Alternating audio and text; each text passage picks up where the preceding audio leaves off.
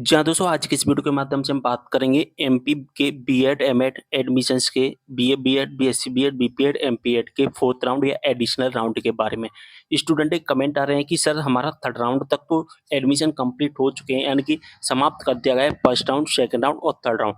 3rd round हमारा 1 जुलाई को समाप्त कर दिया गया है, आप सभी को पता है, कंप्लीट हो चुका है।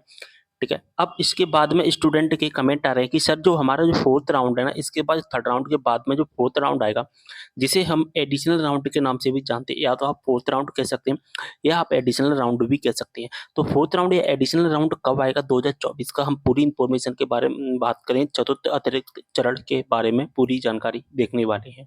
जैसा कि देख पा रहे हैं, मैंने इसका एक ऑफिशियल नोटिफिकेशन डाउनलोड कर लिया है 3rd राउंड का। ये हमारा 3rd राउंड का ऑफिशियल नोटिफिकेशन है। 25 तारीख को लिस्ट आ गई थी, 1 जुलाई इसकी लास्ट डेट रखी गई थी।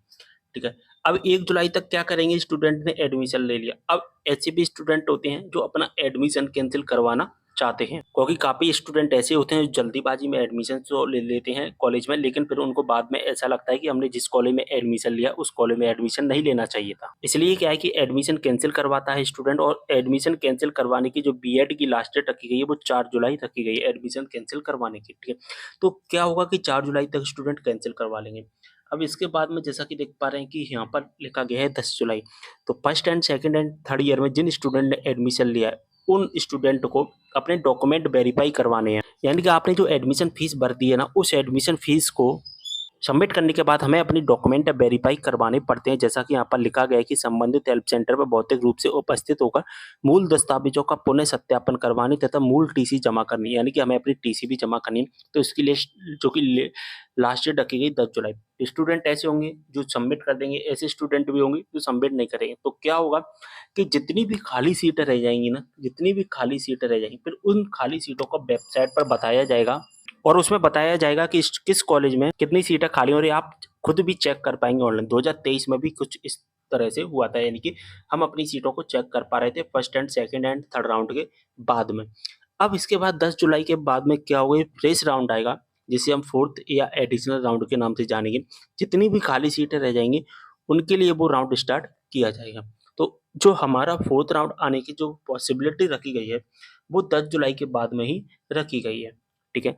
अब आप सोचोगे कि 3rd राउंड तक तो नोटिफिकेशन है, लेकिन 4th राउंड का तो नोटिफिकेशन में कहीं भी मेंशन नहीं किया गया है, तो आप गलत सोच रहे हैं।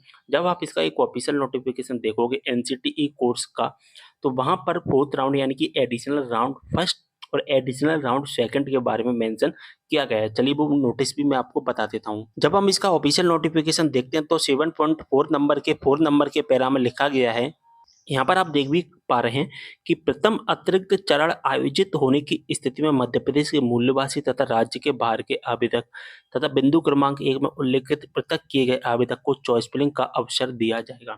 यानी कि अगर एडिशनल 1st राउंड आएगा तो इसमें कौन-कौन पार्टिसिपेट कर पाएगा?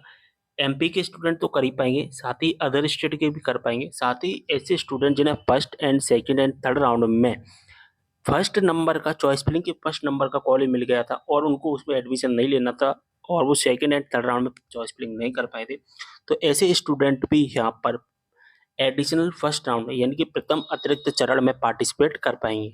लेकिन फर्स्ट एडिशनल राउंड में यानी कि प्रथम अतिरिक्त चरण में वे स्टूडेंट पार्टिसिपेट नहीं कर पाएंगे जिनको 3rd राउंड में कॉलेज तो मिल गया था, लेकिन जो कॉलेज मिला था ना वो फर्स्ट प्रेफरेंस वाला कॉलेज मिला था, यानी कि चॉइस फिलिंग का फर्स्ट नंबर का कॉलेज मिला था, और 3rd राउंड में उन्होंने एडमिशन नहीं लिया। तो ऐसे स्टूडेंट फर्स्ट एडिशनल राउंड में पार्टिसिपेट नहीं कर पाएंगे। ऐसे स्टूडेंट को 2nd एडिशनल राउंड का वेट करना पड़ेगा। तो बात समझ में आ गई, सब कुछ क्लियर समझ में आ गया होगा। वीडियो को शेयर कर देना है। मिलते हैं अगली वीडियो में एक और जानकारी के साथ, तब तक के लिए बाय।